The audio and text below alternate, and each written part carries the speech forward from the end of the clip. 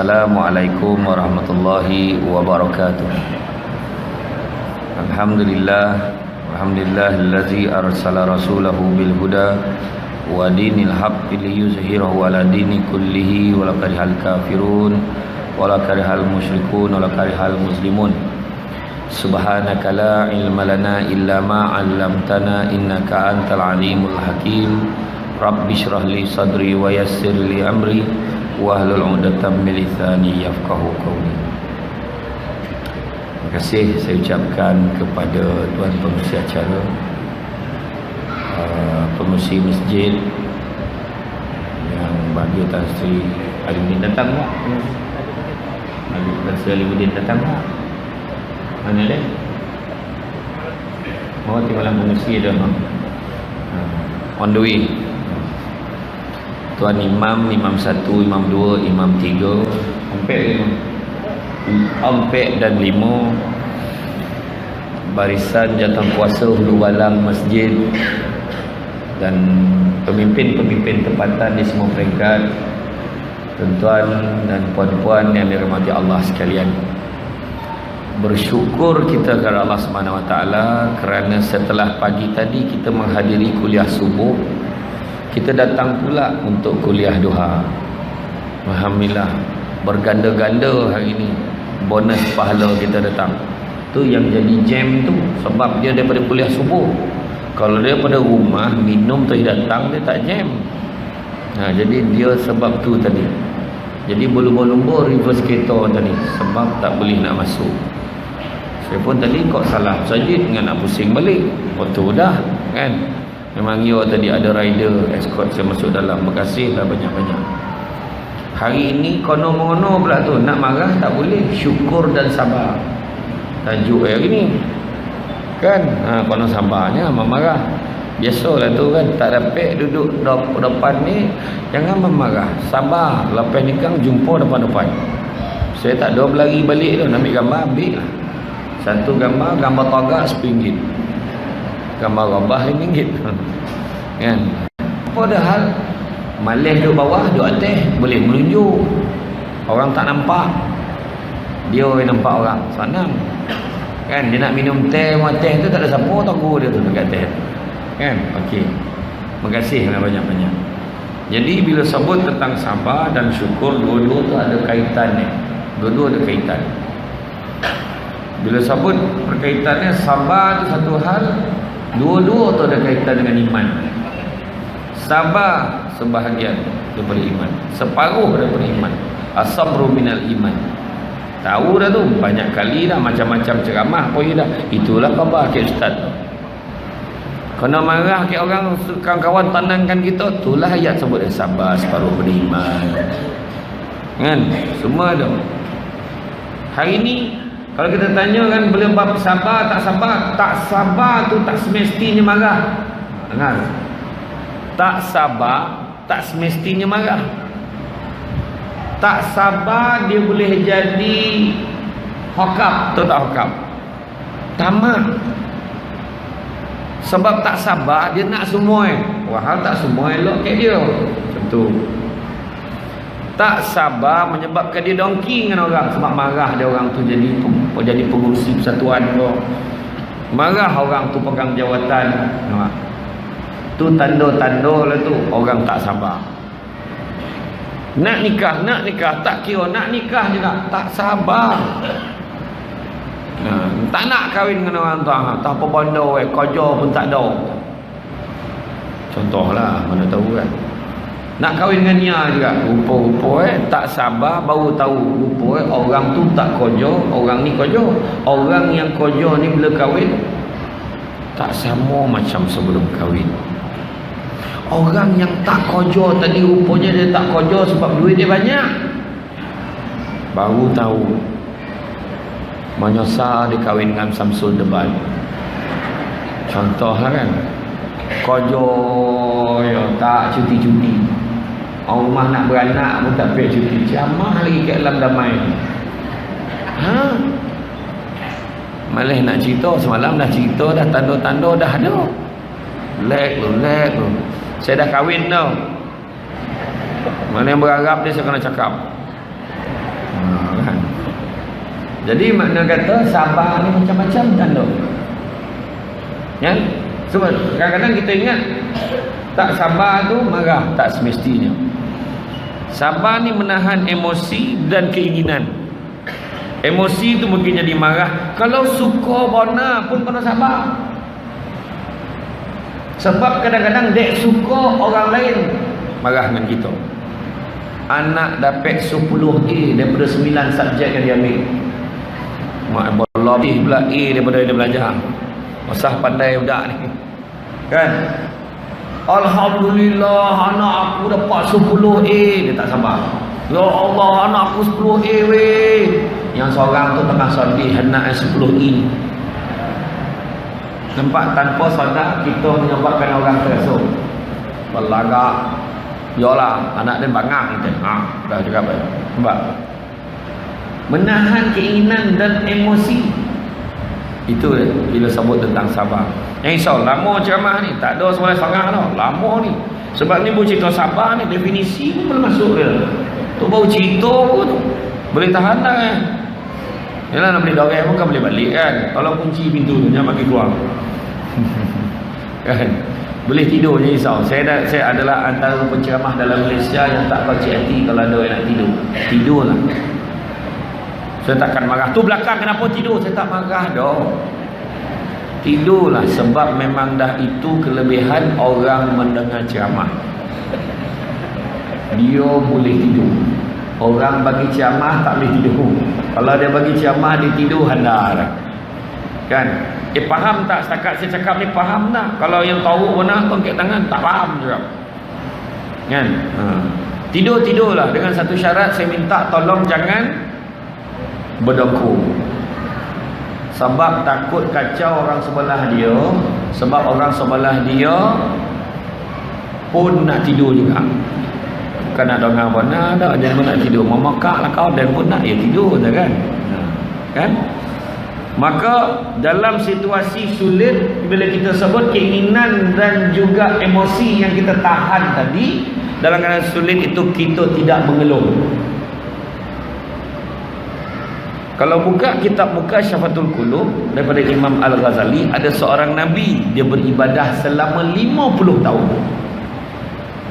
Dia beribadah 50 tahun, lepas 50 tahun Allah Ta'ala beritahu dia, sesungguhnya aku telah ampunkan dosa kau.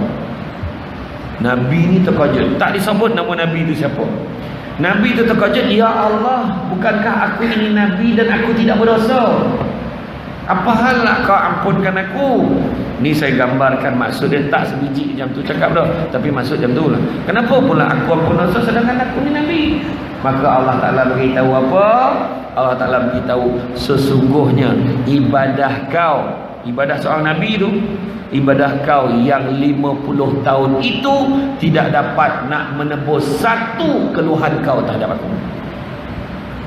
Cuba tanya berapa kali mengeluh saya. Dia nak siap tadi lah lelaki. Allah lambe bersiap ai nak pergi alam damai nak akan jam kan. Allah terbelek-belek terlilit-lilit tudung darah lah. Malu. Aduh lambe lah ni. Aduh lambe lah ni.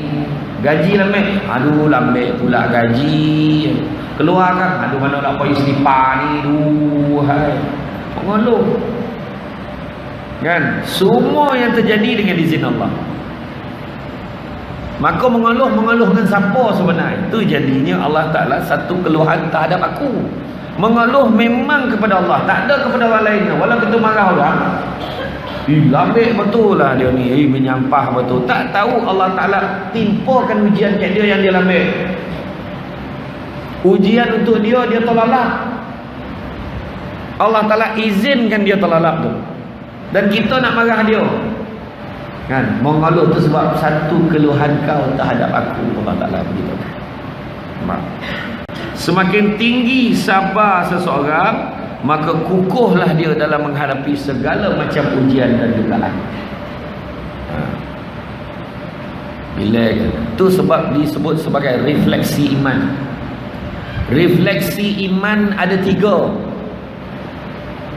refleksi, maknanya kesan daripada iman tu ada 3. Pertama imun, yang kedua aman, yang ketiga amin. Senang ingat imun, aman, amin.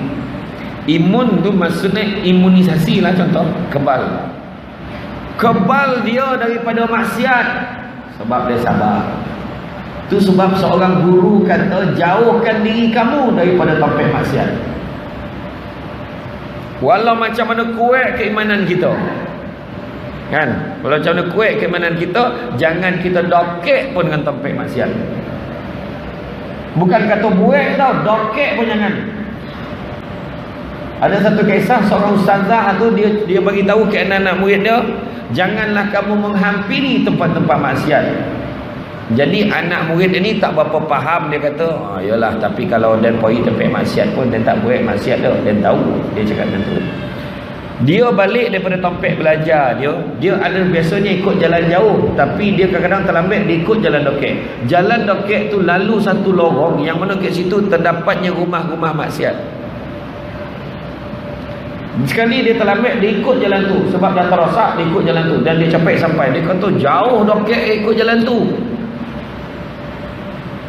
Jadi lepas tu cerita budak ni, jadi dia dah selalu ikut jalan tu, maka cerita tu tersebar di kalangan pekerja-pekerja, pelacur-pelacur yang ada kat sana. Ada seorang budak belajar selalu lalu sini, jom kita kacau dia nak. Jadi hari tu dia lalu dekat jalan yang sama, maka terdengarlah dia, tolong, tolong. Orang tu buka, dah terbuka pintu, tolong. Budak ni teragak, apa hal ni? Dia masuk pada salah satu pintu rumah maksiat ni. Bila dia masuk dalam, dia ternampak seorang perempuan dengan baju la ilaha illallah, nipih, halus, nampak segala-gala yang di dalam. Bila nampak, dia kata, marilah, marilah. Bila dia nak pergi kan, dia dah terlupa dah segala pantang larang yang dia kata dia kuat benar tadi. Bila nak pergi, tah macam mana jatuh seekor cicak kat atas kepala. Pam jatuh. Dia tersadar. Bila dia tersadar kan, Masya Allah, dia pun kelang kabut, baru dia teringat dengan apa yang dia ingat tadi. Dia pun berlarilah keluar. Masa tu terdengarlah golak tawa daripada kalangan pelacur-pelacur mengelakkan dia. Terasa benarlah, termasuklah dia sadar yang syaitan pun sedang mentertawakan dia. Dia pun kongsi dengan kawan-kawan, maka masa itulah dia cakap, betullah dikatakan bahawasanya menjauhi tempat maksiat itulah yang sepatutnya dilakukan. Itu sebab kalau kita tengok kan, kadang-kadang mulut kita gambar bercakap tu, tiba-tiba lah orang sebut lain. Panas ke depan sikit? Ya kan? Okey. Dah lah bala penceramah berkilat. Sepoh kan? Dia matahari. Ya. Okey.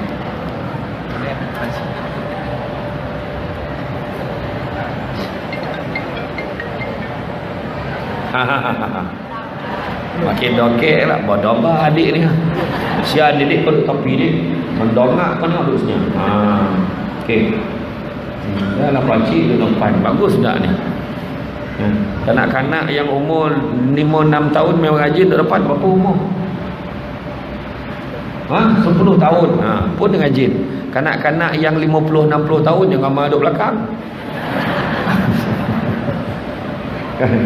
Dia curi belakang, cari tiang, kan? Bukan orang sini lah, topik lain. Saya cakap sini okey, contoh. Jadi makna menjauhi, jangan cakap kan. Tu sebab kita tengok dalam surat khabar kadang ada orang kena tangkap kan.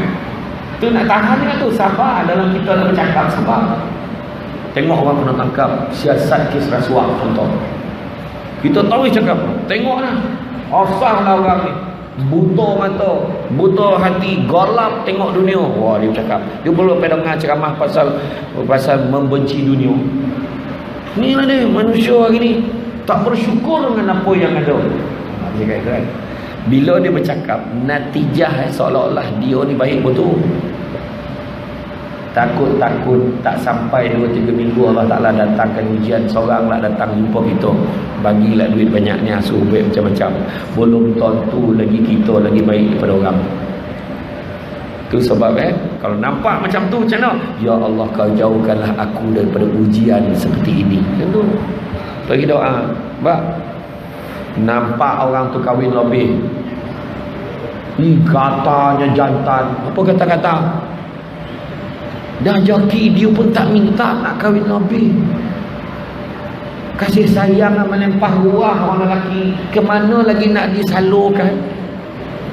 Dah mula dah berbincang semesti. Kau dengar tu tak ada lah maksud Kadang-kadang bila nampak orang lain, kita pun cakap, usahlah, itulah kalau akulah, laki aku tak ada dah, aku takkan benarkan. Bila sebut macam tu, Allah Ta'ala datangkan ujian tu. Patut tahu doa, ya Allah, kau jauhkanlah aku pada ujian seperti itu, ya Allah. Aku tak tahu yang aku ni kuat, ya Allah, untuk menghadapi benda-benda seperti ini, ya Allah. Macam tu doa. Cakap dengan husband, abang, saya sayang abang, mau jangan ambil pangai kau. Macam tu jangan ada macam tu cakap. Memang lagi dicari kira mungkin korek kan.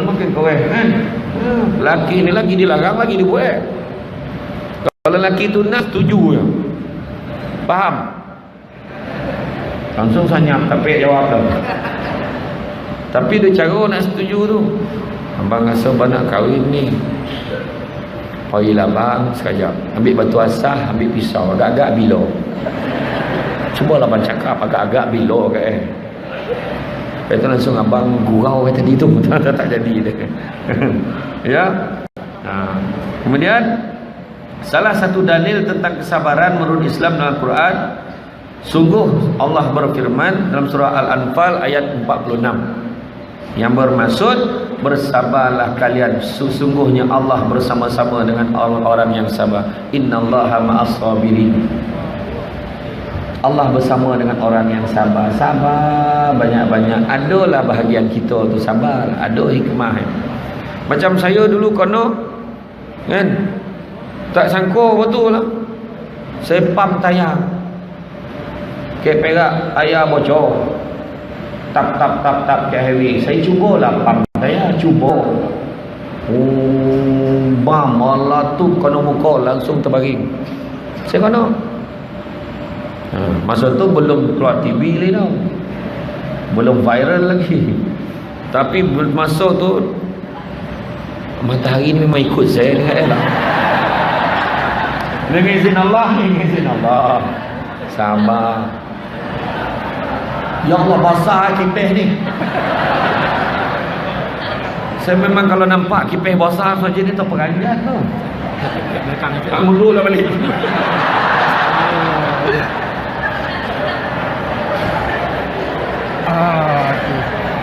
Lagi.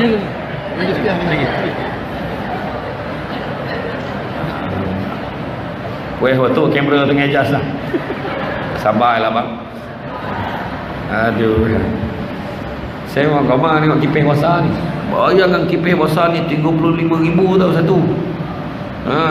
Jadi siapa yang bayar menyumbang untuk masjid belinya kan, alhamdulillah hari-hari pek pahala. Ya. Tapi kipih basah macam ni dia kena ramai. Kalau satu sah dua sah terangkitkan imam, dia kena macam ni ramai, okey. Jadi kita pun tak ada rasa panih dah, kan? Okey kan? Kita rasa berangin. Tengok kat luar tak ada berangin, mana datang ni sana basah kipih. Cuba sangkit rumah satu. Tengok macam mana habis semua kan. Ya. Jadi mana Allah bersama dengan orang yang sabar. Saya sebut tadi, imun, aman, amin. Refleksi iman tadi kan. Imun mana kebal daripada baik maksiat. Yang kedua aman, rasa tenang jiwa dia sebab dia rasa Allah Ta'ala ada. Orang kita tenang pergi Mekah, tenang pergi Madinah, Masjid Nabawi, tenang hati dia. Kita pergi umrah kan, kita tengok sampai ya haji kita telah pun sampai di Madinah, yang mana kemarin sama-sama kita berdoa memberi salam kepada junjungan besar Nabi Muhammad sallallahu alaihi wasallam. Masa tu dalam bas berjurai-jurai yang mata dah. Ya Allah, dah sampai ya Rasulullah. Aku dah sampai ya Rasulullah. Tenang. Poi semayang kan, cuba tengok tak panik. Satu semayang. Semayang apa boleh buat lagi? Wah, bangun Allah Akbar. Lepas itu dah habis. Oh, salat sunat tahajud. Allah Akbar. Ya Allah, qada. Allah Akbar. Salat habis. Bangun salat. Betul tak? Tenang. Ya Allahu Akbar. Rasa Allah Ta'ala tu ada. Balik dia keceras. Kek sanun senang semayang. Tak rasa apa pun. Kek ceras ni payah betul lah kata. Seolah-olah Allah Ta'ala ada kat sana, kat sini tak ada. Seolah-olah macam tu lah. Sedangkan aman, rasa tenang jiwa dia, dia rasa Allah Ta'ala ada di mana-mana. Dan yang ketiga, amin. Amin tu apa? Jaga amanah. Amanah bukan hanya sebagai ketua, wakil rakyat, menteri, ketua kampung, ketua lorong, pengurusi persatuan penduduk, pengurusi khairat kematian, pengurusi masjid. Tak, semestinya. Termasuk juga sebagai ketua rumah tangga. Termasuk juga orang perempuan sebagai CEO rumah tangga. CEO rumah tangga memang orang perempuan. Dia tahu segala hal urusan rumah, dia je tahu. Baju anak kek mana, yang ni kek mana, periuknya kek mana, semua dia tahu. Garamnya tu gelanggang dia, dapur jangan lawan dia, tu gelanggang dia. Walaupun dia jarang masak sekarang, tapi tahu dia mana sampai kalau dia nak masak. Orang tadi penasihat saja. Yang mana nasihat besok ni ditolak. Tapi semua ada amanah. Anak tu pun ada amanah. Jadi kalau dia rasa Allah Ta'ala ada, maka amanah dia jaga. Nampak? Itu sebab saya baca buku tu, Bismillah yang hilang. Bismillah itulah kunci nak sadarkan kita yang Allah Ta'ala tu ada. Kita kalau pegang kan, Bismillah prosedur. Bismillah minum, Bismillah makan, Bismillah prosedur. Doa makan pun jadi prosedur aja. Nak letakkan dalam hati itu sebab paling simple. Jangan doa tu lagi tau. Bismillah tu saja mengingatkan kita kepada Allah. Bismillah dengan nama Allah, dengan nama Allah, dengan nama Allah. Mudah-mudahan kita niat semua perkara kerana Allah. Dia jadi prosedur. Macam sebelum kahwin, cuba cakap, abang ada benda nak cakap dengan awak ni. Apa dia? Abang sayang awak. Wow, terbakar menyala-nyala api itu. Terasa tak boleh lalap, mandi tak kering. Bukan tak basah, tak kering mandi. Makan tak lapar. Contoh lah. Makan. Sebab apa? Makan sikit pun konyang dah. Sebab teringat. Ya. Faham? Sebab belum kahwin. Bila dah kahwin dia jadi prosedur. Abang sayang saya tak? Ya. Yang dia tinggal. I love you. Tu dia tinggal. Macam tu juga Bismillah jadi prosedur juga kat kita kadang-kadang. Itu sebab sayang sekali dia boleh jadi prosedur. Tapi bila hari-hari sebut dengan bentuk yang berbeza, maka sayang tadi contoh. Abang tak tahu kenapa hari ni bodoh-bodoh hati abang.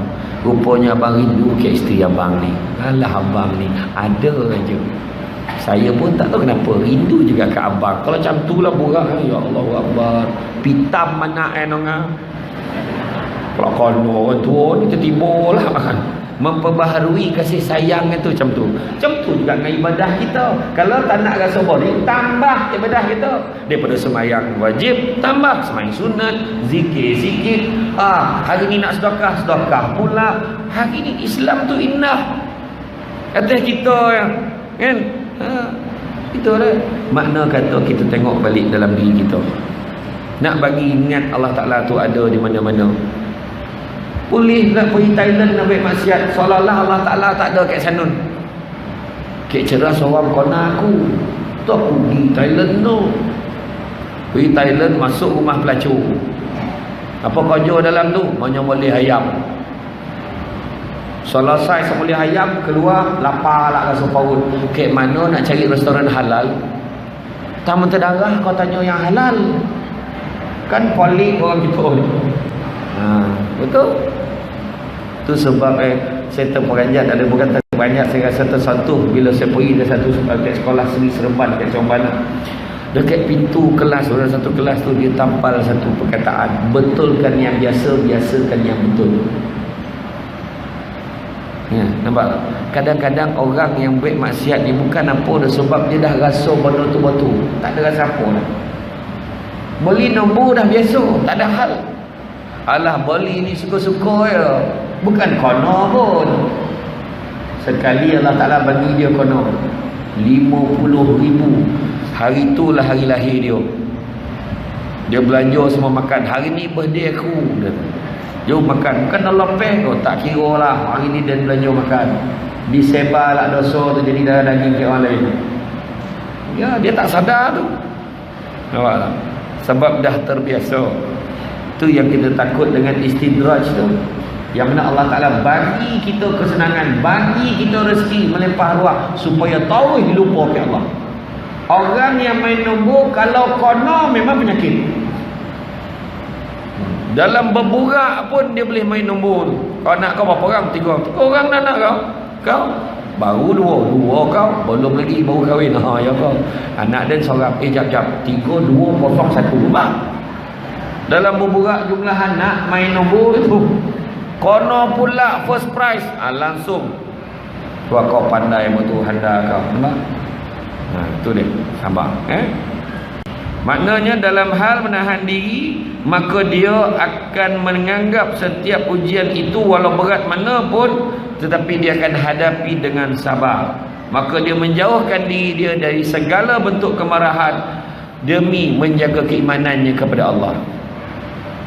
Tahan dia, takutkan kena marah. Tahan dia, takut dia yang marah. Marah ni pula ada ompek Johnny.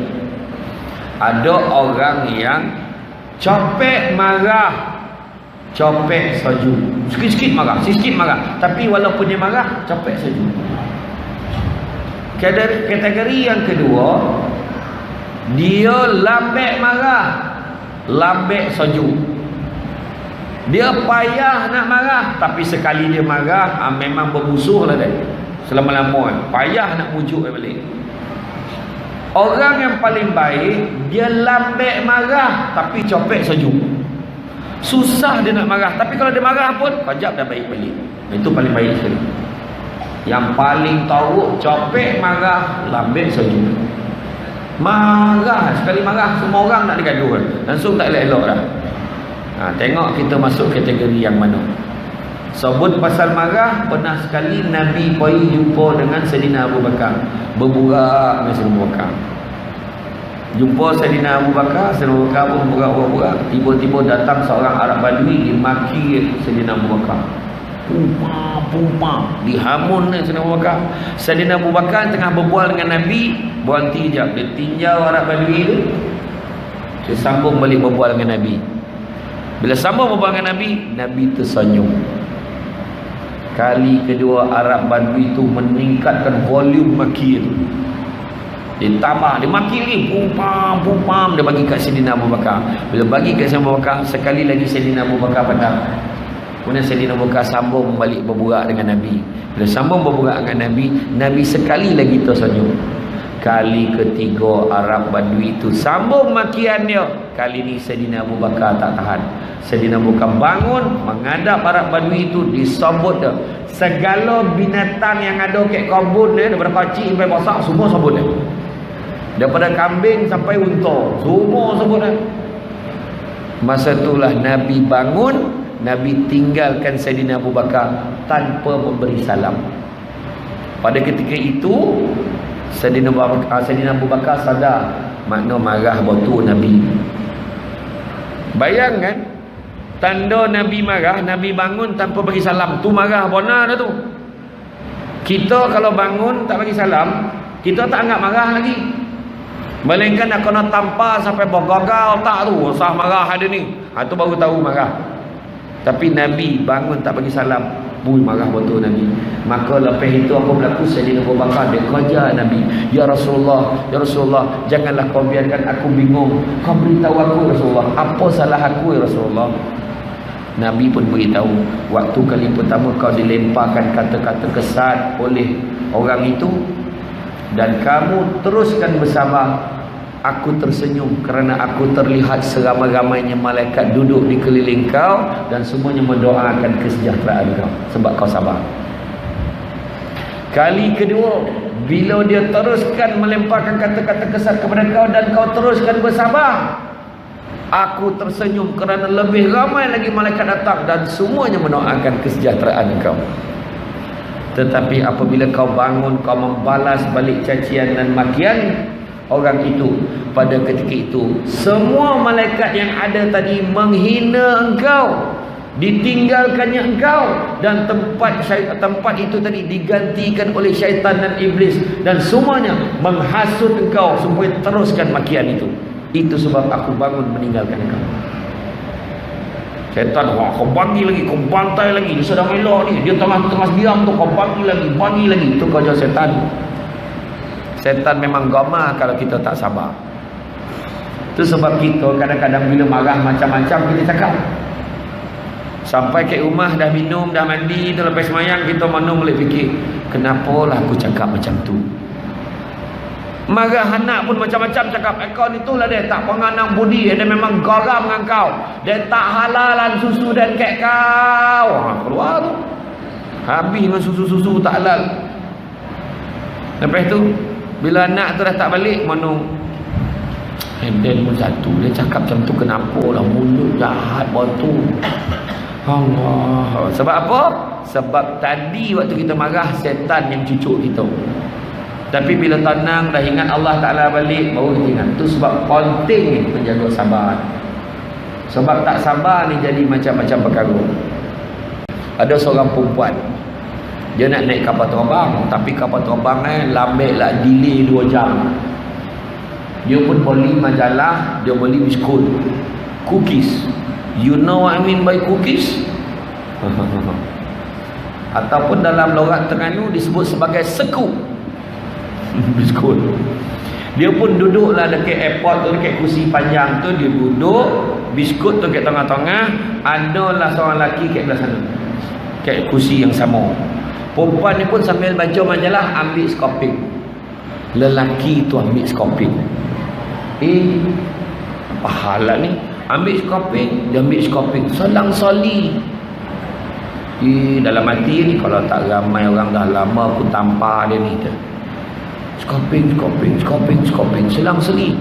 Lalas sekali tinggal skoping yang lagi biskut tu. Dia nak tengok lelaki tu buat apa. Lelaki tu boleh ambil patah 2 bagi dia 1. Dia punya marah lah. Dia marah, dia pun bangun. Lelaki tu terpingung-pingung. Hoi lah dia. Tak lama lepas tu kapal terbang pun sampai. Dia pun masuk. Dah sampai dalam, dah tenang, dah relax. Dia nak baca balik buku dia. Nak ambil cermin mata. Dia buka beg tangan dia, baru dia perasan yang biskut masih ada dalam beg tangan dia lagi. Mana biskut tu tadi lelaki tu punya. Nampak tak? Bila kita marah, kita lupa nak tanya. Bila kita marah, kita tuduh orang macam-macam. Rupa-rupa daripada kita marah, lelaki tu tak boleh pakai. Rupa-rupa baik tak lelaki tu. Mana tak baik, makan selang-sali dia tak marah pun. Siap yang last tu patah 2 bagi dia. Sebaik-baik orang, yang lelaki tu pun confused. Apa salah aku? Apa hal? Agak yang last tadi dia nak sembuh kan? Kalau kita ada sabar tadi, cuba tanya, cik, kenapa cik makan biskut saya? Tak adalah, ni saya punya. Ya. Sekejap, tengok sampai. Yalah, ya Allah. Saya sambung. Sambunglah. Sambung boleh makan. Kita gamar menuduh tau. Lelaki memang selalu kalau tuduh macam ni. Nak beritahu. Faham orang lelaki? Kita sabar yang perangai perempuan ni. Biarlah apa pun terjadi. Semua perempuan perangai biasa macam tu lah, kecuali yang datang ke alam damai ni. Macam tu lah. Cover saya siap cover. Tak adalah sabar. Lalu bagaimanakah ciri-ciri orang yang sabar menurut Al-Quran? Ciri-ciri orang yang sabar di dalam Al-Quran, seperti mana dijelaskan Al-Quran dan firman Allah, dan berapa ramai para nabi yang berperang bersama-sama mereka jumlah besar dari pengikutnya yang bertakwa. Mereka tidak menjadi lemah kerana bencana yang menimpa di jalan Allah, tidak lesu dalam diri dia dan tidak menyerah. Allah menyukai orang-orang yang sabar. Surah Al-Imran ayat 146. Makna daripada ayat surah Al-Imran tu, kita tahu ciri-ciri orang yang sabar tu ada 3. Ada 3 ciri orang yang sabar. Ciri yang pertama iaitu disebut tadi, tidak menjadi lemah pemikiran dia, mental dia tak jadi lemah. Satu, iaitu disebut sebagai mawahanu. Tidak mawahanu iaitu dia tidak menjadi seorang yang takut dan tidak menjadi seorang yang jadi lemah semangat. Tak. Sabar ni kadang cakap sabar kan, jomlah pergi, tak apalah biarlah dia tak nak. Itu bukan sabar, itu takut namanya. Dia maknanya dia tetapkan diri dia, bukan jadi lemah. Tak apalah biarlah dia bersabar. Itu bukan sabar, lain. Nah kan, dia selamba dia ambil duit kau boleh biar. Sebenarnya macam ni, rezeki masing-masing. Itu bukan rezeki dia, itu rezeki dia, biarlah ambil dia. Ya dah. Jadi makna macam tu, tak naklah kakak kecoh-kecoh dia, tak nak. Itu bukan sabar tu dah, bukan sabar. Macam saya itulah, dapat duit ceramah kat Johor, salam-salam saya ceramah 1 jam 30 minit. Tanya saya, masa tu dah ponik, 3 ceramah hari tu dah ponik. Sign, dia pun bagi envelope ke saya. Mak borek kau borek nak ni? Alhamdulillah tuan, rezeki kata. Saya pun dia bagi cash. So saya pun cakap dengan assistant, berhenti kat bank Islam tu nak bank in. Sebab apa? Orang perempuan dia boleh bau tu sebab kita kena masuk duit tu orang. Saya kata ramah apa kali banyak. Saya pun beratur. Bila beratur kan, saya buka envelope tu, nampak ada 3 ikat duit. Mak banyak ni kan, tak apa lagi. Saya ingat sama lah yang macam sains tadi, lebih kurang lah kan. Saya pun masuk ikat dia, 3 ikat, masuk ikat pertama mak 10,000. Yang kedua tu dah maksimum lah kali masuk, 2-3 kali masuk. Ada 2 ikat ni, yang 10,000 tadi ada 2 ikat pun masuk ni. Masuk masuk sudah 30,000. Main-main kau 1 jam setengah 30,000. Bayangkan penceramah termahal di Malaysia setakat ini, 30,000 1 jam setengah. Berapa loh aja ke masjid ini fikir, hari ni kita bayar berapa? Dia tak apa saja. Rupa-rupa masuk dalam kereta baru sadar, telefon bunyi. Hello, Assalamualaikum tuan, salah sampul. Ujian tu bukan saya buat-buat cerita ni, 30,000. Saya pun, kau macam mana lah kau baik macam ni dek, kata. Kan, ayolah nanti saya transfer. Kalau saya tak transfer, sebab saya dah sign terima tu. Kalau saya tak bagi, parah perempuan tu kan. Sebab tak pasal-pasal kena secharge, bayar ganti rugi balik kan. Jadi saya pun pulang balik, nanti kau bank in kat saya berapa saya betul dapat. Okey tuan, dia cerita dengan saya, dia dah salah faham. Orang tu paskan envelope kat dia bahagian kewangan. Nah, ambil ni duit penceramah semua dalam ni.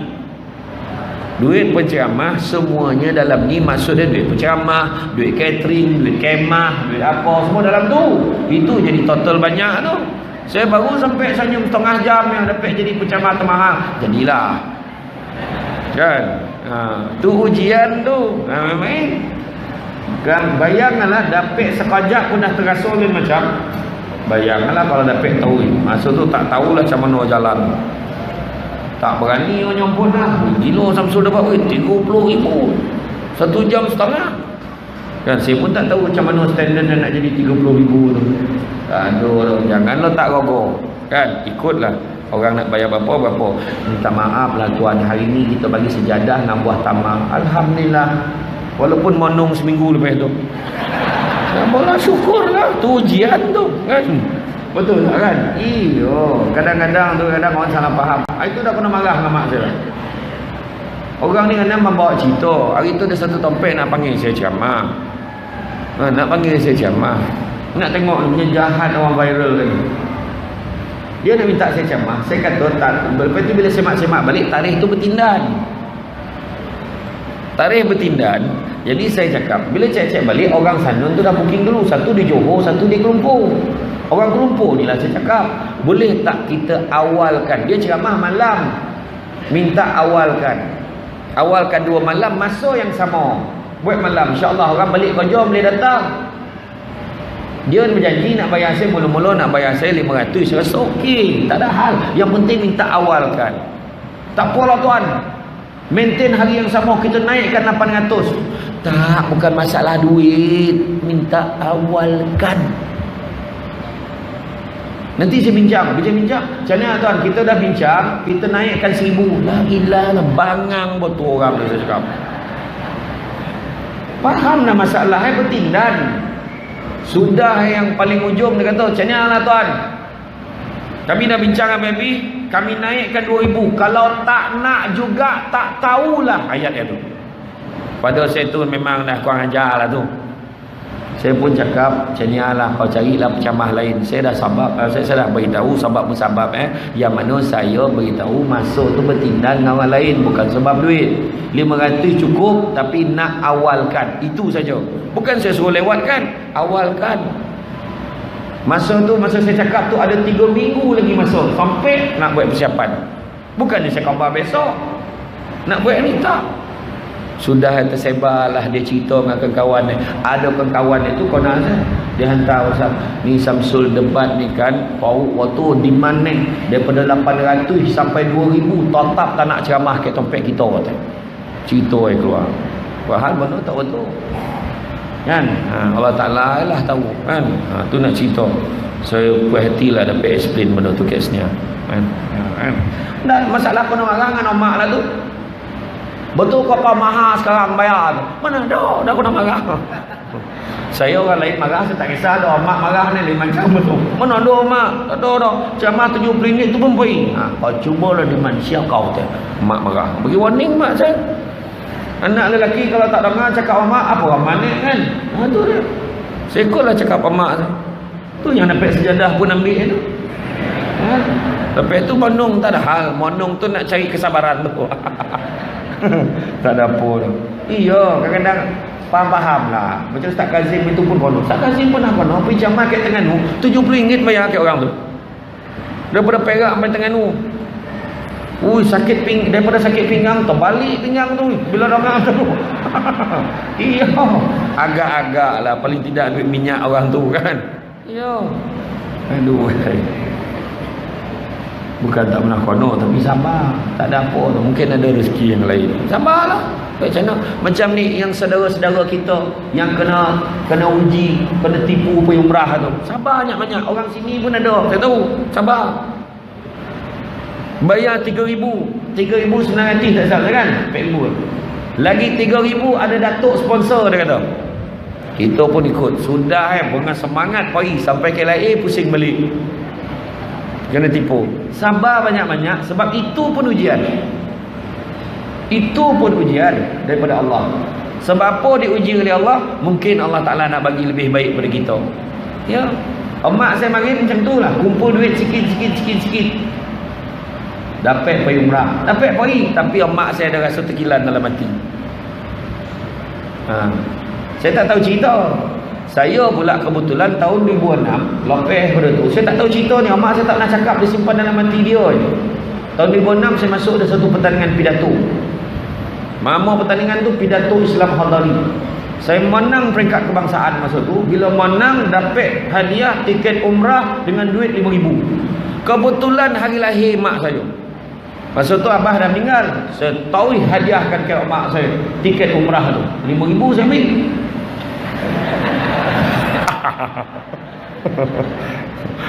Tapi bila saya bagi ke emak saya, mak saya pun barulah mak saya cakap.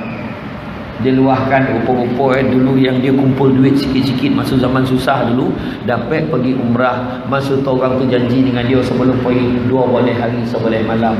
Sebelum pergi untuk beritahu ada masalah dengan visa, dah jadi 1 boleh hari 10 malam. Sampai ke Sanun 10 hari 9 malam dah balik. Jadi mak rasa ralat benar, tapi mak saya tak pernah berhenti. Ya Allah, kau sampaikanlah lagi aku kat sini. Rupa-rupa Allah Ta'ala nak bagi dia yang lebih baik. Sebab apa? Bila dia dapat tiket yang poin yang baru, poin secara percuma tu, dia dapat poin pek boleh hari 3 boleh malam, yang mana dia pergi dengan siapa? 40 grup yang poin itu semua daripada Jabatan Agama Islam Wilayah Persekutuan, ustaz-ustazah isi dalam tu. Mak saya puas hati betul dapat poin kali kedua. Makna Allah Ta'ala nak bagi yang terbaik. Saya bagi ke mak saya dengan azam, tak apa, dan besok dan cari sendiri. Lepas tahun 2006 boleh pun dapat poin. Betul macam tu yang kita kira. InsyaAllah. Untuk pengetahuan semua, bab penipuan umrah haji ni bukan satu dalam tahun, berpuluh setiap tahun berlaku. Yang tu yang kita dengar banyak lagi. Kalau dengar lepas ni Samsul Debat Travel, jangan cayo. Para mana dah sampai travel dah. Saya kalau pergi pun, kalau orang pergi ajak pergi, saya peserta je. Siapa nak ikut saya, bulan 9 ni boleh ikut. Saya pun peserta tau. Bukan ketua program pun, saya peserta. Saya fikir itulah masa nak rehat sikit. Kasih. Dalam surat khabar nampak mudah sikit. Kan? Kalau tengok bulan 9 nanti raya haji yang ketiga, kalau nak ikut mah pergi. Saya pergi kembara korban di Kemboja. Siapa nak ikut jom. Jom pergi. Kembara korban di Kemboja. Sonok pergi tu. Bukan apa, tengok orang susah, orang lagi susah pada kita. Tak silap saya lah, saya hari tu dah bayar deposit RM700. Kan khabar tipu. InsyaAllah tak tipu dah. Saya pergi. Kalau tipu, kita sesama kalau tipu. Tambangnya RM1,400. 4 hari 3 malam, hotel, tiket kapal terbang, makan minum siap semua. 4 hari 3 malam. Siapa nak pergi ya? Kemudian kan tanyalah. Saya pun peserta tau, jangan salah faham, peserta juga. Tak ada commission. Saya pun bayar. Tak ada free dah. Kan? Itu sebab tahun lepas ada 10 syarikat travel minta saya jadi duta dia.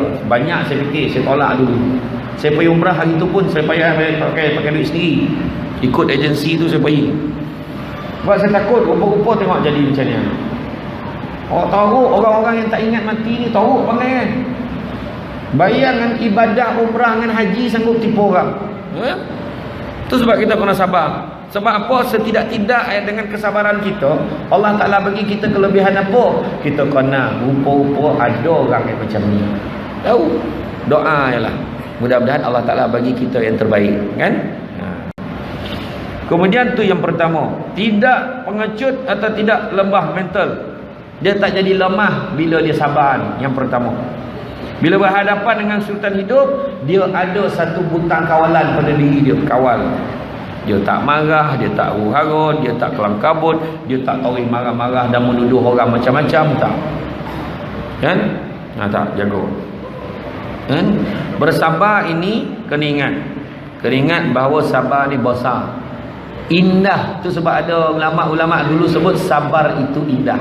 Ya, tanyalah orang-orang lama yang datang hari ni. Saya nampak tadi yang turun-turun daripada kereta tadi, orang-orang tua, bukan orang tua, remaja lewat. Dia turun, saya nampak muka pun saya tahu marin hidupnya susah. Betul tak? Dulu semua hidup susah, nak membesar anak-anak. Hari ni alhamdulillah semua dah lepas. Tenang jiwa, boleh duduk berselo mencatat nota-nota kuliah. Marin bersilat nak membesar anak. Apa benda tak dicapai tepi jalan tu nak dimasak Apa benda yang tak dibuat untuk bagi anak tu lepas belanja Tetapi betul tak, sabar itu indah. Dek sabar, tiba-tiba anak dah besar. Anak lah cakap, mak cakap mak nak pergi mana? Jom kita pergi bercuti mak cakap ya. Hari ni mak nak makan apa? Apa-apa yalah. Mak cakap. Yalah seafood. Pergi makan seafood. Chinese Muslim food. Pergi Chinese Muslim food. Ya Allah. Mak jom, mak nak beg kat mana? Mak nak apa? Tak padan dengan tua, beg tangan Bonia. Betul tak? Tudung kalahkan orang muda. Sebab walaupun tudung mahal-mahal, poli juga. Sebab sayang ke emak Nampak tak? Iya. Sabar tu indah. Orang yang tak sabar, kalau dulu sabar dengan anak ada cokik anak mati, senang. Tak ada dah. Tu yang tahu masuk penjara dah monong. Contoh kan? Ya. Mana tahu. Saya memikirkan macam manalah amak saya boleh sabar dengan anak yang sawan tangi. Saya mari rupa-rupa sawan tangi. Ya. Anak saya pun kena sawan tangi tu. Turun-menurun. Mak hilang akal baby. Wah. Allah apa kena budak ni? Kalau orang tua senang cakap kenapa nak makan, senang. Dia tak tahu nak makan. Kau nak apa? Rupa-rupa saya dulu pun macam tu. Lagi teruk. Siang tidur, lalap, papuk, tonggeng terbalik, lalap. Pukul 7 dah habis charge bateri. Mula dia belalak. Wah. Yang abah pula bateri dah weak. Aduh, bawa dekat spesialis kampung. Spesialis kampung yang pandai apa ni? Doktor pakar tak mahu dah. Biasalah budak menangis tanpa anak tu sana. Rupanya spesialis kampung ni dia doa-doa sikit, mandian budak ni dengan air ni, insya-Allah maun dah tu. Wanita namanya kat kampung Tikir tu. Dia mandikan saya masuk tu. Bukan dah tua ni lah, masuk kecil lagi. Sebab arwah hatuk saya pun tak tahu nak buat apa. Arwah hatuk saya, hatuk Lobai. Hatuk saya dah mengaji 3 malam mengaji. Baby tu semua melalak-lalak tu. Wah, 3 malam. Susu pun tak nak, kurui kahwin. Hari ketiga arwah hatuk saya cakap apa? Siap malah kapan budak ni. Siap malah kapan budak ni. Memang tak ada harapan dah budak ni. Arwah hatuk saya cakap. Sudah wanita tu kata pasal ni dulu ada daun konan. Dia kata tak apa konan budak ni kat. Adalah daun, dia doa sikit mandi kan. Elok boleh ceramah hari ni. Betul kan? Sampai anak saya itu pun hantar kat dia. Panjang umur wanita ni. Wanita ni sampai umur dah 100 tahun dah itu dia boleh baca surah khabar tak pakai cermin mata. Kan kuih ilmu itu kan, belajar mengaji kuih dia pakai doa ayat Quran ni, pakai tak ada dah campi serapah daun sena punca dengan secekor manis anduk sendiri, tak ada dah. Sampai ambil ayat tu rugilah kan. Ya. Kemudian kalau kita tengok yang kedua, apa ni yang kedua? Yang kedua, mad'ufu. Dalam ayat tadi surah Al-Imran tadi, ciri sabar yang kedua adalah tidak lesu dari segi diri dia. Makna dia takkan menampak angkat orang dia ada masalah. Orang yang sabar ni bukannya entahlah sabarlah dah ni nasib dan Allahu Akbar. Tak ada, dia relax je. Kau macam mana? Tak adalah, okey je. Kau boleh okey. Alah, biasalah ujian pada Allah. Ke rumah bantai melulung, tu lain. Makna dia tak nak tunjuk dengan orang. Kita ni kalau susah share dengan orang, gembira memang dah share dengan orang, susah pun cerita dengan orang. Apa tujuan? Lepas tu marah, tak payah kau nak kesian-kesian dengan aku, dah kau tunjuk. Nampak tak? Sabar. Yang paling tak suka tunjuk dia susah, ibu tunggal. Biasa kan? Betul? Kebiasa ibu tunggal yang kematian suami, bukan ketinggalan suami. Kan? Tapi biasanya ibu tunggal tak kira lah tinggal kau meninggal kau. Kebanyakan yang dia tabah sebab tengok anak-anak. Kalau dia penyedih, anak-anak takkan boleh bangun.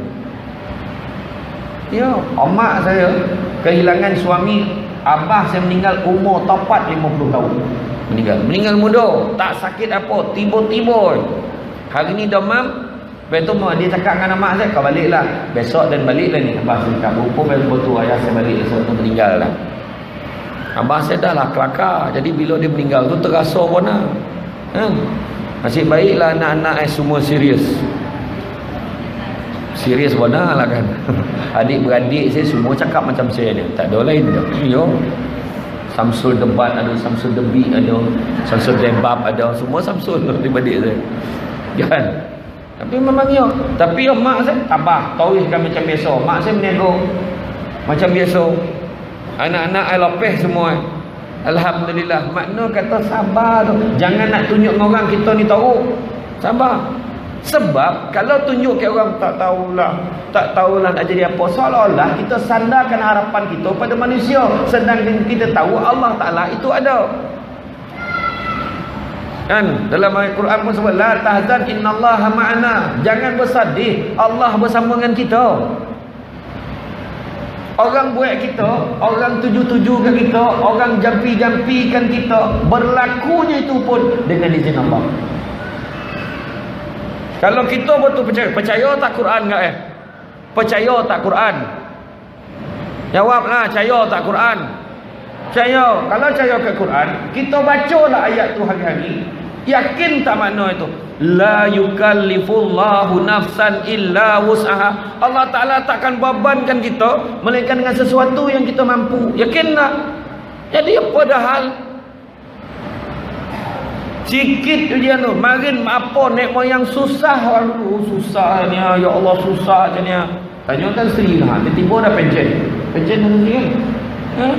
Kemudian poning dia nak menangani isu cikgu-cikgu marin. Aduh ya Allah. Tiba-tiba dah pencen.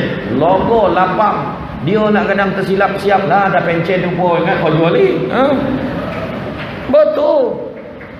Kita hidup kita kan rasa susah benar. Masa tu memang rasa susah, tapi bila dah sudah, ya Allah, bila ingat-ingat balik, iyalah, duduk boleh minum kopi dengan suami lah. Bang, anak kita dah besar semua bang. Kenapa kau nak seorang lagi kau? Tidaklah abang ni pun tak adalah. Kajap bang, ingat tak zaman kita susah, mari ingat. Semua orang pernah alami tu. Mula-mula kahwin apa pun tak ada. Tapi bahagia tak? Bahagia walaupun apa pun tak ada. Orang kita hari ni bahagia disandar pada kebendaan, memang takkan bahagia. Kita ada rumah besar, bahagia kita kat dalam tu, belum tentu lagi dah. Kita ada kereta besar, bahagia jalan ke sana kemari, belum tentu lagi dah. Belum tentu. Kek rumah buat, rumah tu cantik macam istana, ada sofa yang cantik, kayu jati, bapak segala jati dia tu. Dengan batang-batang pokok jati tu pun tolak di rumah tu, nak tunjukkan betapa asli perabot bantal letak kepala terbanam, mimpi 50 negara punya mimpi. Punya selesa, tapi rupa-rupa bukan itu faktor kebahagiaan, tapi tak tenang. Masuk kita fikir, lepas ni nak pergi mana? Lepas ni nak buat apa? Rupa-rupa balik raya, duduk bersepah kat rumah kampung, tak ada sofa, menjala 3 beradik kongsi satu bantal. Itu lagi bahagia daripada duduk kat sofa yang mewah tu. Berburak cerita duka, ingat tak long kita ni ki. Berburak yang biasa, yang burak golak tu biasa dia pemalas masak. Yang kat dapur tu mampu yang siden dia kena masak tak. Bila raya tu lah mana orang yang masak. Iya, yang lain tak darah ya. Kan? Iya. Tapi betul tak? Kebahagiaan bukan kat bondo. Nampak sabar. Jadi jangan kita tunjukkan kita lesu. Diri kita ni kuat semangat. Kuat semangat. Jangan salah faham tu sebab kena cerita pasal sabar ni, cerita tu betul. Kerana orang salah faham sabar ni itulah dia. Ustaz dah ada sabar. Aku ni sabar. Bukan itu tu. Yang pertama dia tak lemah pemikiran dia, kuat pemikiran dia. Yang kedua tak lemah dia dari segi diri, dia tak tunjuk ke orang dia tu lemah. Sebab dia yakin Allah Ta'ala ada bersama dengan dia. Dan yang ketiga, mastakanu, tidak menyerah atau tunduk dari segi kehidupan dia. Suami meninggal, mak saya memang betul masa tu mula-mula surrender. Mak saya kuih korin sebab abah saya meninggal tiba-tiba. Apa buat? Dia makan koot dia. Mak tak abah selera mak makan koot dia. Koot ni apa pula? Kuih koot. Dah direngka saya jadi koot dia. Tak kira lah. Mak saya makan. Tapi lama kelamaan, lepas 3-4 minggu kan, mak saya pun belajar. Kebetulan ada ustazah beritahu macam ni. Mak saya ikut. Alhamdulillah sampai hari ni mak saya dah mula tersenyum balik. Dah lama riang betul dah, tak ada apa dah. Fikir reda. Pernah tak tanya mak tak nak kau cari ganti abah?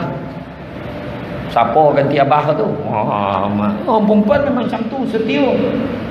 Betul tak perempuan? Betul tak? Doreh untung tak. Orang lelaki ni bukan dia tak setia, tapi dia memikirkan macam mana cara dia boleh bantu ibu-ibu tunggal. Kadang kita risau tu. Wah, dia kata kaedah kan. Iya. Mak saya sekarang ni dia dah ikut kelas-kelas agama semua okey. Memang tak ada mana lain dah. Tak ada mana lain nak jaga kita agama lah. Amak saya sudah ni dia. Amak saya mandi jenazah apa semua ikut orang semua. Sudah okey. Lapang apa benar datang sini selesai. Tak ada poi funfair jadi riang hati tak ada. Datang sini tenang hati. Ya. Datang rumah Allah tu sebab orang yang datang ke rumah Allah kita alu-alu kan dia. Sama datang ramai betul dan tengok kau datang masjid ni, kau janganlah cakap kuat malu dah. Apalah malu pula. Dan cantik ni kau adalah jemaah yang ke-500. Ada pendaftaran kau? Ada? Jangan kita sindir orang yang dah lama tak datang tiba-tiba datang. Kau pahal datang ni nak kenduri kau. Mulut kan? Orang kalau dah lama tak datang tiba-tiba datang biasa memang itulah jalan nak kenduri. Walaupun sebab kenduri jangan kita sindir dia. Seronok tengok kau datang. Tapi kalau boleh lopeh kenduri janganlah kau tak datang. Kita orang seronok bila kau ada. Ya kau? Iya. Biar ada seronok datang. Kita sini nak kenduri. Kenduri tu hilang. Cara bercakap macamlah rumah Allah ni rumah dia. Bak, ni rumah Allah. Hidayah ni bukan semua orang dapat. Walaupun nama dia hidayah, belum tentu lagi dia terdapat hidayah. Jadi kadang kita ni syukur alhamdulillah Eden ni rajin datang masjid syukur alhamdulillah mudah-mudahan betul lah niat dan itu doa kan. Ya, jangan menyerah. Maknanya macam biasa kita kehidupan kita. Jangan ubah menung meratap Allah abang. Itu sebab yang jadi pergi kubur tu jangan ikut amalan Yahudi. Itulah dia. Bukan kata jangan pergi kubur, jangan ikut amalan Yahudi. Orang Yahudi setiap kali musim perayaan dia pergi kubur, dia meratap-ratap dah. Abang bangunlah kau bang, bangunlah, rindu benar ke abang. Bangun dekang langsung kau mampu. Pergi kubur pergi, tak ada masalah dah, pergilah. Tapi kita pergi sanut, pergi zikir-zikir, doa untuk arwahnya. Apa betul? Itu pun ada yang memakak tu dalam WhatsApp tu. Mana ada zikir-zikir kat kubur, sedekah-sedekah, baca-baca wirid apa semua, cik Yasin tak ada mana dah. La ilaha illallah. Habis kalau tak boleh baca tu semua nak baca apa? Baca surat khabar. Aduh, ya bodoh. Nak melagu-lagukan orang. Nak cakap orang semua tak betul. Bodoh baik bu kan, pergi sanun. Dah apa benda nak baca? Yang awak tahu tu yang la ilaha illallah, la ilaha illallah, la ilaha illallah. Niat tu arwah doa, ya Allah kau sejahterakanlah roh ayahanda ku ini ya Allah. Mudah-mudahan ayah aku ni sentiasa dilindungi dan diletakkan di kalangan orang beriman dan bertakwa. Walhamdulillah alamin. Apa salah Jangan pergi kubur ni berapa sampai hari orang bergembira hari raya, kenapa lah nak pergi kubur? La ilaha illallah. Pergilah, cuma yang tak boleh diwajibkan itu tak boleh. Faham? Dia tak boleh dah, kena pergi hari kedua. Sebab hari kedua semua orang pergi, waktu tu kita pergi. Hari lain tak boleh dah. Itu salah. Pergilah bila-bila nak pergi. Ini dah lah kawan tu kahwin dengan orang Kelantan. Daripada Kelantan, dia duduk Kelantan. Sekali-sekala balik, raya dapat balik. Dah lah tu time balik. Tak boleh nak pergi kubur. Apa kegila lah. Pergilah. Kan? Malik panjang, kan ada yang marah kan? Sikit dah, cukup. Benda baik, buat. Orang kalau datang buat benda baik, ikut. Peduli kan? Ada seorang lelaki tu datang ke masjid. Dia pencen memang pangkat tinggi tu. Dia parui. Dia pergi setiap waktu pergi masjid belajar. Dia cakap dengan imam nak belajar solat. Pegawai pangkat tinggi. Pencen memang pencen pangkat tinggi-tinggi. Waktu solat tu dia pergi jumpa dengan imam. Dia kata dia nak belajar solat sebab tak reti solat. Ada dua jenis orang. Orang yang pertama kata apa? Ya Allah, dah tua-tua pun nak belajar. Rupa-rupa selama ni tak pandai. Main ikut-ikut orang. Rasahlah. Tak sangka baru nak sadar dia kata. Tapi orang yang kedua cakap, alhamdulillah Allah Ta'ala bagi hidayah kat dia, dia nak belajar. Ontah-ontah sembahyang dia lagi baik dari sembahyang aku yang lama sembahyang yang perasan elok ni. Itu sebab kita jangan sebut-sebut dengan orang. Jangan kita menghina orang lain sebab kita belum tentu lagi penamat tak tahu macam mana. Entah-entah penamat orang yang kita kutuk tu lebih baik daripada kita. Seminggu sebelum dia mati, dia dapat gambar, dia pun bertaubat banyak-banyak, dia semayang dan meninggal tengah salat, bercahaya wajah. Mana tahu? Kita yang sibuk mengabarkan orang ni sudah macam-macam. Cerita tanah kubur tu kena ambil iktibar, jangan main tengok ya. Malam ni siapa pula terbakar ni? Tengok tanah kubur kan. Tanah kubur tu pun satu, buatlah salang-sali. Minggu ni elok, minggu depan tak elok, lepas tu elok, barulah orang nampak. Ni orang tengok banyak terbakar ya, terbakar hitam busuk, terbakar hitam busuk, tak ada benda lain dah. Takutlah orang tengok Tunjuklah kalat, tunjuklah yang elok-elok pun tunjuk. Memang banyak. Mak saya mandi jenazah macam-macam jumpa. Ya.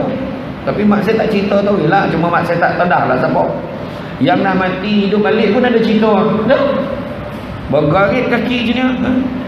Memang ada orang yang kadang dia sudden tiba-tiba berhenti dia punya tu. Oh, main-main, lari orang kampung main-main.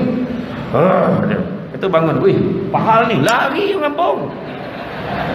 Ya, tu sebabnya nak perlu kena sahkan betul-betul. Orang betul-betul panggil doktor pakar betul. Kadang-kadang dia mungkin dia berhenti sekejap, dia nyutan hati dia. Dah siap mandi mana? Mujur tak tanam. Bayanglah dah tanam pun sadar. Macam mana tu? Boleh menjoget lari orang kampung. Dia dalam kubur lah tu, berbunyi dalam kubur kan. Itulah dia. Tapi pergi kubur ni satu perkara. Tu pun satu benda yang baik. Sebab apa? Pergi kubur tu satu amalan untuk buang perasaan sombong. 3 amalan nak buang penyakit sombong. 3 amalan. Pertama, ziarah orang sakit tanat.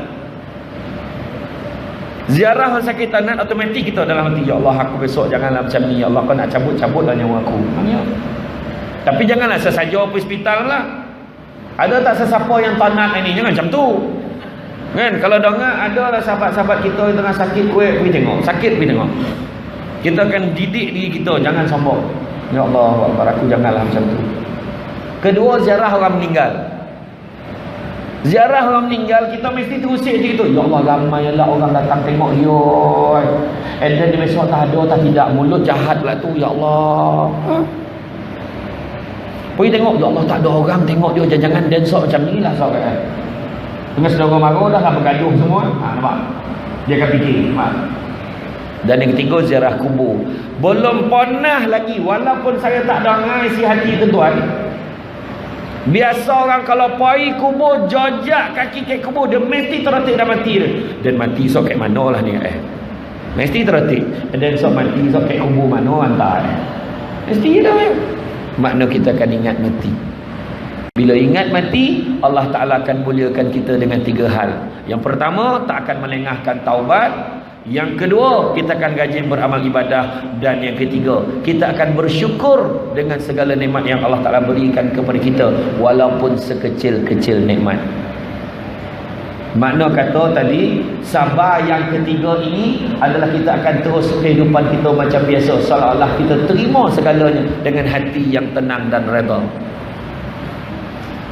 Macam biasa, anak nak kena bola, suami meninggal, anak nak kena jaga, isteri meninggal, anak nak kena jaga betul-betul. Hantar anak pergi sekolah macam biasa, seolah-olah kau boleh tahan dia ni. Tak adalah. Nak cari, kita kena teruskan hidup. Anak-anak ni pun macam mana, kau tak nak ke kahwin, belum fikir lagi, nantilah. Macam tu kan. Jadi teruskan hidup macam biasa. Macam biasa kita teruskan hidup. Makna menampakkan ni tak meratap, entahlah apalah dah jadi dengan hidup dia. Aduh. Pergi hospital mengatap, Allah tahu tak bila lah nak elok mengatap.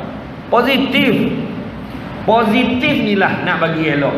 Negatif makanan pada penyakit. Ya, kalau orang datang tengok kita ke hospital, kau dah berapa lama dah kat sini? Dah 4 hari dah. 4 hari, jangan risaulah, hari kelima mesti elok. Ya kok? Iya, kau makan ubek, kau tengok misi tu galak-galak, eloklah. Jadi positif dia dengar. Oh ya kau, ayolah, terima kasih lah. Dia takut kat kau tak elok-elok. Alah biasalah, hari kompek tu ubek tu baru nak main-main dalam badan kau. Hari kelima dah okey dah. Oh ya kau, makasih ya. Tu positif.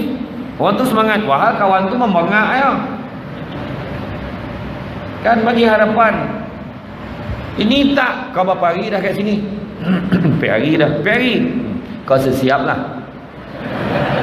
Kawan dan marin macamnya hari kelima langsung padam. Mai cerita. Aduh, iyo kau, iyo. Iyo, orang sakit dengan kalau pergi kan bagi penuh positif. Dia okey lah. Kau nak makan kau. Mi nak mi goreng sadap. Kambam. Putih tak nak sanak powder kau. Ya, dia mihun Singapura kau, Vietnam kau tak nak tu. Ya, dia makan gulu-gulu. Tokak dan tak mahu no. Nya duit 100 yang otak bawa bantal. Baru tak tahu. Bagi duit nak. Tu tak teraya lomah-lomah tu sapu-sapu. Kan? Itu pun positif kat tu. Makna tu faham. Dia pun kata, duit ni kena sihat ni sebab nak belanja duit ni. Ha? Nampak tak? Cara kaedah. Jadi itu dia. Makna kalau orang tu nak rasa bahagia adalah walaupun suka, walaupun duka, walaupun apa pun ujian sampai ke dia, dia akan tetap tenang hadapinya. Kemudian kita cerita bab syukur. Daripada sabar pun boleh cerita syukur. Bayang lama cerita ni. Bayanganlah cerita sabar pun dah 1 jam lebih, syukur 2 jam. Boleh tak kan? Boleh tak? Dah berong-berong lutut tu nampak dah. Kejap kiri, kejap kanan. Boleh coba. Kita cubalah. Insya tak lama dah. Sebut pasal syukur, kita baca dalam surah Ibrahim ayat 7. La in syakartum la azidannakum wa in kafartum inna azabi lasyadid. Faham gitu. Kat masjid pun kadang ada ayat kan. Jadi makna syukur nescaya. Bayang syukur ni kira kalau kita dengan manusia kita cakap kau tolong aku bagi. Kau tak tolong aku tak bagi. Itu kita. Tapi Allah Ta'ala beritahu kalau kita syukur Allah Ta'ala lipat gandakan rezeki kita. Tapi sekiranya kita kufur Allah Ta'ala beritahu azab ku amatlah pedih. Bayanglah. Bukannya tak dapat apa, siap bagi azab lagi. Kenapa? Sebab ciri-ciri syukur menurut Imam Al-Ghazali maupun Ibnu Qudamah maupun Imam Husaini menggambarkan syukur tu mesti ada 4 perkara.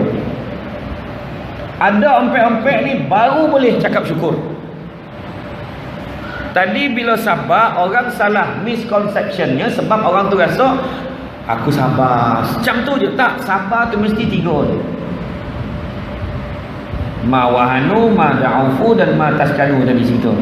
Makna dia tetap cekal, dia penampilan dia macam biasa, dia tak tunjukkan dan dia bercampur masyarakat, buat program dia meneruskan kehidupan seperti biasa. Itu sabar. Dia bukan meratap, dia bukannya monong. Itu bukan sabar namanya. Bukan. Begitu juga dengan syukur. Ramai orang salah faham syukur bila dia dapat duit. Contohnya dapat duit bonus. Alhamdulillah syukur dapat bonus ni Dia ingat dah selesai syukurnya tu. Belum selesai. Syukur mesti ada ompek-ompek ni. Kalau menurut Imam Al-Ghazali dan yang lain tadi kata.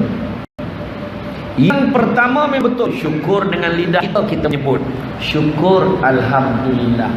Yang mana kita sebut dengan jelas syukur alhamdulillah, syukur alhamdulillah.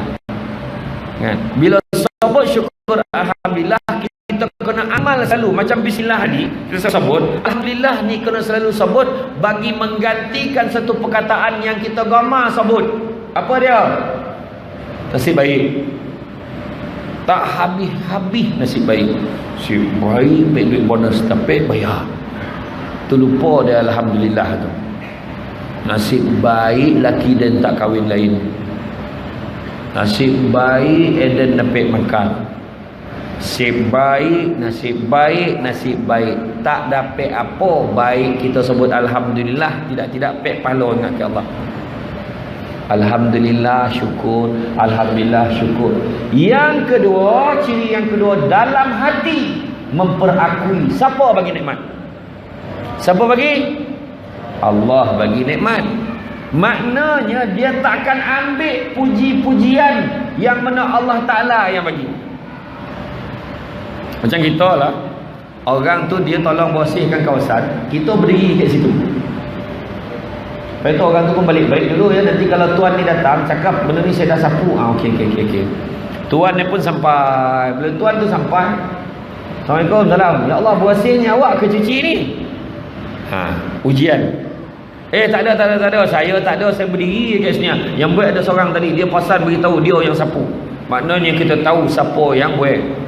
Macam tu juga dengan hidup kita. Sadar semua benda tu Allah Ta'ala bagi. Walaupun kita boleh tolong orang, bersyukurlah kerana Allah Ta'ala mengizinkan kita boleh menolong orang lain. Khairun nas anfa'uhum linnas. Sebaik-baik manusia yang boleh beri manfaat pada orang lain. Dan syukur sebab Allah Ta'ala izinkan kita boleh tolong orang. Orang tu minta tolong, bang boleh tolong tak bang? Tolong apa ni? Nak sini minta kojo, dia minta kojo kat pejabat ni. Abang kan kojo dekat situ, boleh tak tolong hantar borang ni? InsyaAllah boleh, tak ada masalah. Dia pun hantar. Dia pun tak ada rasa apa, kebetulan lalu tak apalah, hantarlah kejap. Letak dekat pakai tu, dia pun balik. 2-3 bulan lepas tu orang tu cakap, bang, apa dia? Terima kasih banyak bang. Kenapa? Hari tu kan abang hantar borang anak saya. Kenapa? Alhamdulillah dah dapat kerja. Alhamdulillah. Terima kasih banyak bang. Jangan terima kasih dengan aku. Syukur ke Allah Ta'ala. Sebab tu semua dengan izin Allah. Bukan dan ni hanya hantar borang yang tak ada apa pun. Itu pun kalau Allah Ta'ala takdirkan dan gaut hari tu, go out. Memang dan tak boleh nak hantar. Alhamdulillah, kebetulan nak. Kadang-kadang dia ni kuat pelupa. Itu teringat pula. Kalau dia terlupa pun tak ada jokian nak kau.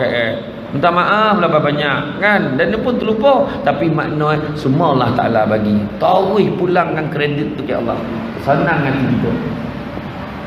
Ini tak. Dia dah lah tadi malas nak hantar. Aduh, masa ni lah apa nak suruh hantar. Dah lambat pergi pejabat dah. Dia pun letak. Ni mana nak letak ni dek sini. Zap, dia pun balik. 2-3 bulan bila tuan tu jumpa balik. Terima kasih bang. Kenapa lah? Hari tu barang yang bang hantar. Kenapa? Anak saya dapat kerja. Itulah pasal. Wah, dah mula dah. Hari tu waktu dan hantar, dia tak nak terima barang tu. Dan sound, kau ingat ni siapa? Ini kawan aku ni, kau ambil barang ni sekarang. Itu dia ambil tu. Tu dapat kerja tu. Belagak lah. Wah, kerja hantar barang ni. Memanglah. Itu saya buat cerita yang kecil-kecil. Itu sebab saya cakap, benda baik yang kita buat, jangan sabut. Benda baik nak dapat pahala, serah ke Allah Ta'ala. Pandai-pandai lah. Ya Allah, aku serahlah ke kau ya Allah. Mudah-mudahan ada lah ganjaran untuk aku. Tengok itu sebut, kau tahu tak, jalan depan rumah orang tu Eden yang sponsor, habis padam. Masjid di kos nak buat 8 juta, 1,000 duit dalam tu, 1,000 padam bayang. Dah lah 1,000 daripada berapa juta, padam ya Allah Ta'ala sebab ungkit balik. Sekarang ni tak siapa-siapa pegang jawatan kat masjid tu. Dulu aku lagi elok pada tu, macam-macam, dan duitnya, langsung tak ada guna kau sebut. Mempo sebut kan. Kepada jawatan kuasa masjid, sabar banyak-banyak. Jawatan ni datang dengan package orang bercakap. Peduli lah apa orang cakap. Buat ya. Setiap karya memang ada wakil yang masuk air. Semua tak betul. Ni salah, tu salah. Kan, peduli kan. Ya. Kita kalau pegang jawatan memang ada ya orang cakap, peduli lah. Kan? Ya. Apa nak memarah? Dah belajar pasal sabar, apa lagi? Tak ada hal kan. Macam tu ya. Peduli kan, buat benda-benda baik. Iya, tu jangan ungkit rugi. Malaikat padam tu. Kita sabut malaikat ke kanan ni cantik, padam. Orang perempuan tu tamu, bergaduh dengan lelaki mula sabut. Sampai hati abang tu. Macam-macam sebut untuk abang tu. Semua sabut Semasak untuk abang hari-hari. Bayangkan, pahala masak hari-hari semua padam. Hari tu abang nak pinjam duit saya bagi. Pinjam duit pun kau sebut. Adam. Buat air kopi untuk abang. Lepas tu potong macam nak mampui. Saya agak picit. Hari-hari picit. Daripada minyak 1 juta rahsia sampailah kepada minyak masak. Semua pakai. Pakai abang dah lupa. Padam. Sudah yang paling rugi apa? Saya lahirkan 10 anak untuk abang. La ilaha illallah. Pahala beranak yang sebanyak-banyak, sebesar-besar pahala kita ungkit. Muflis tiba-tiba. Lepas ni marah macam mana pun orang perempuan ingat. Bergaduh-gaduh lah, tapi jangan sebut sumbangan kita, rugi. Sampai hati abang buat macam ni, abang dah lupa jasa saya. Apa jasa kau? Tak nak sabut. Macam tu orang cakap. Sabut lah, tak nak sabut. Nanti muflis kan? Lu fikirlah sendiri. Macam tu orang cakap. Kan?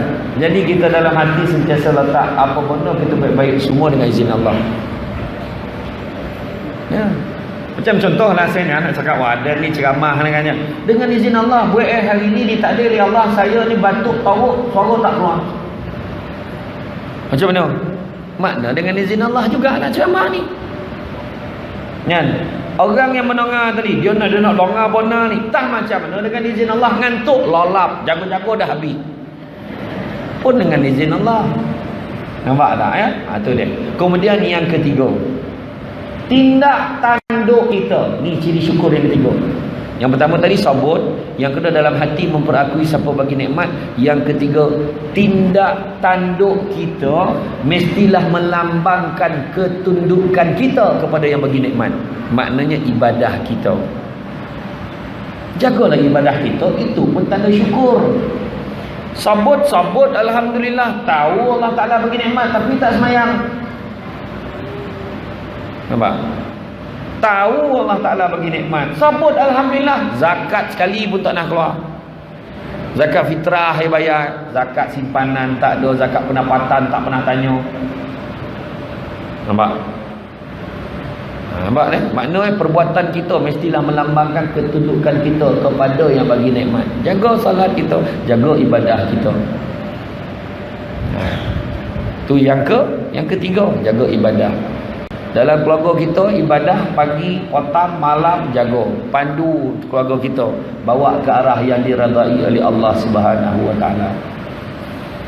Tu kadang-kadang takut, kadang keluarga yang bahagia tiba-tiba musnah sekali mata. Sebab itulah ibadah tak jaga. Bila kat rumah pun kadang-kadang semayang ikut mana sampai ya. Jangan. Jaga elok-elok. Sebab kita nak kata syukur, ketundukan kita pada yang bagi nikmat. Tu kata-kata Samsul Debat hari ni, biarlah rumah kita sekangkang kera tetapi tenang dan damai disebabkan agama. Janganlah rumah kita sebesar padang bola tapi resah dan gelisah disebabkan dosa.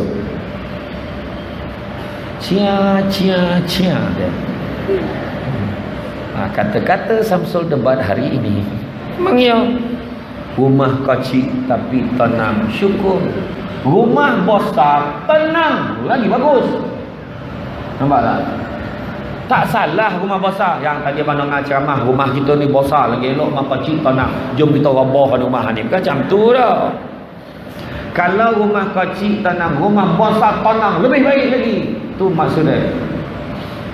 Nah, kadang-kadang buat rumah besar-besar, tak kisahlah, tak payah rumah besar pun, dapat duit EPF, dapat duit terpijak, jom kita ubah suai rumah, tambah bilik anak seorang satu, ruang tamu macamnya, ruang tengok TV macamnya, tempat parking macamnya.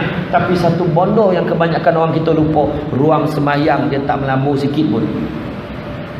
Sejadah pun dapat free je. Dan ceramah tu dapat hadiah sejadah. Dia kumpul-kumpul lah, dia buat tempat semayangnya.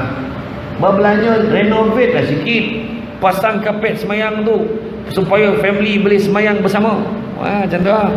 Berbelanja sikit pasal semua Allah Ta'ala tanya besok, ada tak kau gunakan duit kau untuk tempat solat ke rumah kau? Contoh, tak ada ya Allah, sejadah pun semua free. Tak ada dah. Kalau orang jiran apa, saudara datang, kat mana nak semayang ni, boleh semua, boleh senyap pun boleh, kat dapur tu pun boleh, kiblat senyap. Biasa macam tu. Buat tempat semayang betul-betul. Kita nak beribadah pergi situ. Ada. Bila dah, walaupun dalam rumah kita dah jadikan bilik tu tempat salat misalnya. Setiap langkah kita daripada katil nak pergi ke tempat salat tu pun kira. Nampak? Tapi janganlah saja dia pusing kat rumah tu 3-4 kali sebelum nak masuk. Nak banyak langkah macam tu. Tu pandai nama tu. Kan? Maksud dah pergi salat, menuju salat ni. Ya, ingat tu. Jaga ibadah kita. Kan? Kita tu kadang keutamaan kita ke rumah kadang-kadang lain. Kan? Ingat, dunia ni bukan tempat tinggal, tapi tempat meninggal. Ingat tu. Bukan tempat tinggal. Macam kisah apa? Paling senang nak faham macam ni. Ada seorang bos ni, dia cari pekerja. Kita pun minta kerja dengan dia. Dia cakap, kerja dengan saya ni gaji saya bayar 5-6 ribu sebulan. 6 ribu lah sebulan. Ini rumah saya bagi awak. Rumah banglo sebiji, awak akan duduk selama mana awak kerja dengan saya. Sampai masa awak akan diberhentikan. Khidmat awak saya tak perlukan, awak kena keluar daripada rumah ni, awak pergilah cari kerja lain. Saya nak pakai dalam 5-6 tahun ni je. Dia pun masuk kerja. Gaji pertama dapat 6 ribu. Pasal mana lah tu 6 ribu tu, dapat 6 ribu. Lepas tu dia tak yalah duduk rumah banglo ni dengan bini. Kata kita lawakanlah sikit rumah ni. Tak apa dah. Akhirnya dia dah mula percaya yang dia akan lama kerja kat sini sebab bos macam suka kat dia. Dia cat rumah tu, dia pasang apa macam-macam aircon pasang. Lepas tu bilik dia cantik lah apa, sebab kawan-kawan datang biar nampak cantik. Ruang tamu pun dengan sofa yang hebat-hebat. Lepas tu dekat depan tu, depan ni kena baik lawa-lawa sikit ni, dia tenang sikit mata kita memandang. Dia berbelanja, pasang pula landscape yang cantik-cantik dengan siap dengan buai. Hari-hari sebelum pergi kerja, tenang dia tengok taman depan rumah ni. Rumah daripada kecil tu kan dia tambah lah sikit sebab dia fikir okey lah tu rumah tu, dia tambah.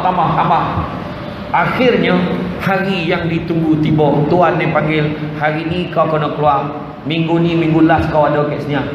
Jadi rumah tu tolong pulangkan balik. Aku dah baik macam-macam, siapa suruh kan dah cakap dengan kau sementara sampai masa kau kena keluar. Tuan dia dah cakap macam tu lah dia pun fikir rugi. Ya Allah, dah macam-macam dia buat, landscape pun dah buat, ni dah buat. Macam tu juga kehidupan kita sampai masa akan mati. Yang beria-ria benar dengan dunia kenapa? Kan? Dah dia beritahu akan mati, tapi kita punya perangai macam tak mati-mati. Kan? Tanda cinta Allah adalah cinta Al-Quran. Tanda cinta Allah dan Al-Quran adalah cinta Rasul. Tanda cinta Rasul adalah cinta sunnah. Tanda cinta sunnah adalah cinta akhirat.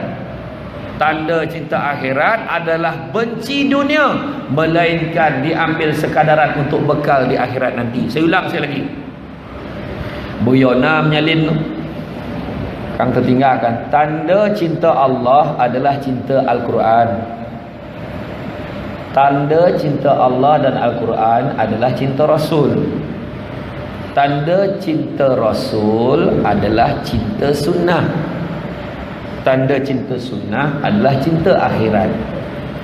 Tanda cinta akhirat adalah benci dunia, melainkan diambil sekadaran untuk bekal di akhirat nanti. Rumah besar dunia, tapi kita ambil rumah kita jadikan tempat beribadah untuk bekal akhirat nanti. Tak ada masalah. Kereta besar dunia, tapi gunakan untuk bawa pergi kuliah-kuliah agama, bawa pergi menziarah saudara mara, merapat ke silaturahim. Ada faedah untuk akhirat, tak ada masalah. Faham ya? Jadi itu cerita. Dan yang keempat, ciri syukur. Yang pertama sabun, yang kedua hati memperakui siapa bagi nikmat, yang ketiga iaitu kita tindak tanduk kita, perbuatan melambangkan ketundukan kita kepada bagi nikmat, dan yang keempat memelihara nikmat supaya tidak rosak. Iaitu contoh nikmat apa yang Allah Ta'ala akan tanya. Pertama, nikmat umur. Nikmat umur janganlah kita rosakkan dengan buat benda-benda tak elok. Jangan. Masa sementara. Yang kedua, nikmat muda. Masa muda jangan ingat alah muda hanya sekali. Memang tak ada benda yang dua kali dah. Tapi muda-muda ni lah nak pergi masjid. Muda-muda lah tengah kuat pergi. Ni yang pergi masjid semua remaja lewat. Yang jenis sujud berirama. Bila sujud berbunyi lutut ni, Allahu Akbar, tap pai hujung tak berbunyi. Kan? Tak ada masalah. Tapi makna kata kita ni jangan kita rosakkan masa tu. Jangan rosakkan apa yang kita ada. Yang ketiga, Allah Ta'ala tanya nikmat harta. Mana belanjakan duit? Setiap satu sen yang kita ada, Allah Ta'ala akan tanya. Dipertanggungjawabkan ke mana kita membelanjakan duit kita. Jangan kita rosakkan. Dan yang keempat, nikmat ilmu. Ada dua kan ditanya tentang ilmu. Ilmu itu kita manfaatkan atau tidak, amal atau tidak. Yang kedua, kita sebar panjangkan kepada orang lain ataupun tidak. Mau tanya. Nikmat apa lagi? Nikmat rumah tangga. Dah ada, jaga elok, jangan rosakkan. Kita ada amanah bekerja, jaga nikmat kerja, jangan dirosakkan sampai kita kena buang kerja. Kita ada anak, nikmat ada anak, jangan kita rosakkan sampai anak-anak kita terbiar dan akhirnya lena dibuai dengan isu-isu sekarang ni, dengan teknologi semasa terkini dan sebagainya. Budak-budak hari ni memang semua nak copek ya. Kan? Tu kena didiklah dia elok-elok. Jadi dengan ompek-ompek ini, ada ompek-ompek ni, barulah layak nak sebut kita sebagai manusia yang bersyukur. Alhamdulillah. Rasa cukuplah setakat tu. Matahari pun dah tak suluh lagi dah. Alhamdulillah.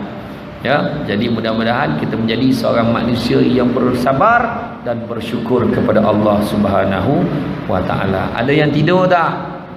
Alhamdulillah. Terima kasih banyak kepada semua yang hadir pada hari ini, terutamanya pihak penganjur yang sudi mengundang saya. Berapa bulan yang booking? 4 bulan booking. Alhamdulillah lah kan, dapat saya sampai sini, dapat jumpa orang sini. Terima kasih banyak. Saya minta maaf kalau tersilap kata tekas bahasa tadi. Sesungguhnya yang baik itu datang daripada Allah Subhanahu wa taala, mana kurang itu berpunca daripada kelemahan saya sebagai manusia biasa. Pokok sekayu daun selasih. Thank you, terima kasih. Assalamualaikum warahmatullahi wabarakatuh.